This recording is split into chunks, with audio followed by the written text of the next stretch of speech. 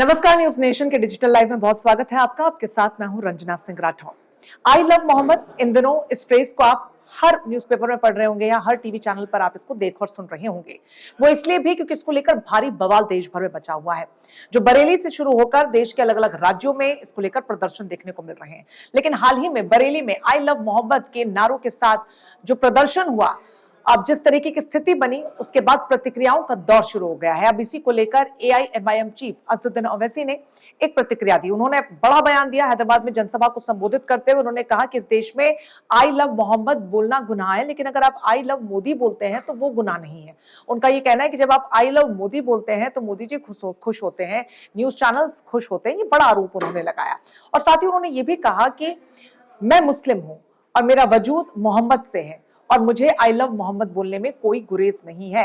साथ ही उन्होंने सरकार से भी कई बड़े सवाल पूछे हैं और कौन से वो सवाल है ये हम आपको बता देते हैं। तो ओवैसी ने कानून व्यवस्था को कटघरे में खड़ा किया और कानून व्यवस्था के हालातों को लेकर उन्होंने अपनी बात को सामने रखते हुए सवाल उठाया। मैं सरकार से ये पूछना चाहता हूं कि इतने कानून बनाने के बावजूद ये क्या हो रहा है। दरअसल ये रेफर कर रहे थे उन परिस्थितियों को जो जिस तरीके की भगदड़ मची, आगजनी हुई, पथराव हुआ, उन स्थितियों को रेफर करते हुए उन्होंने ये कानून व्यवस्था को लेकर बड़ा सवाल खड़ा किया। उन्होंने असम की बात की। असम में 3000 मुसलमानों को बेघर कर दिया गया, ये कहकर कि उनकी इमारतें सरकारी जमीन पर बनी थी।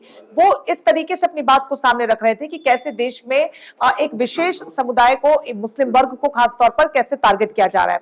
उन्होंने लोगों से धैर्य बनाए रखने और कानून के दायरे में रहकर काम करने की अपील भी की। इस दौरान ओवैसी बोले कि हमें हालातों से परेशान बिल्कुल नहीं होना है, सब्र से काम लेना है, कानून के भीतर रहकर सब कुछ करना है। लेकिन कानून व्यवस्था पर उन्होंने सवाल भी उठाया, खासतौर पर असम में जो 3000 से ज्यादा मुस्लिमों को बेघर कर दिया गया, ये बोल के कि उनकी जमीन सरकारी जमीन है, उन्हें हड़पा गया है, उस पर उन्होंने बड़ा सवाल उठाया।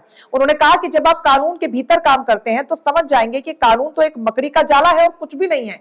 यानी कि सीधे तौर पर वो कानून व्यवस्था को अलग अलग राज्यों की, खासतौर पर असम की कटघरे में खड़ा करते हैं। अभी जो आई लव मोहम्मद है, ये समझिए कि बरेली में 26 सितंबर को प्रदर्शन के मामले में पुलिस अब तक 81 लोगों को गिरफ्तार कर चुकी है। एहतियातन इंटरनेट सेवा को बंद किया गया है और इसमें इत्तेहाद ए मिल्लत काउंसिल यानी कि आईएमसी के राष्ट्रीय महासचिव नफीस खान और उनके बेटे फरहान खान भी शामिल है। पुलिस का कहना है कि फरहान आईएमसी के फेसबुक पेज को भी संभाल रहे हैं।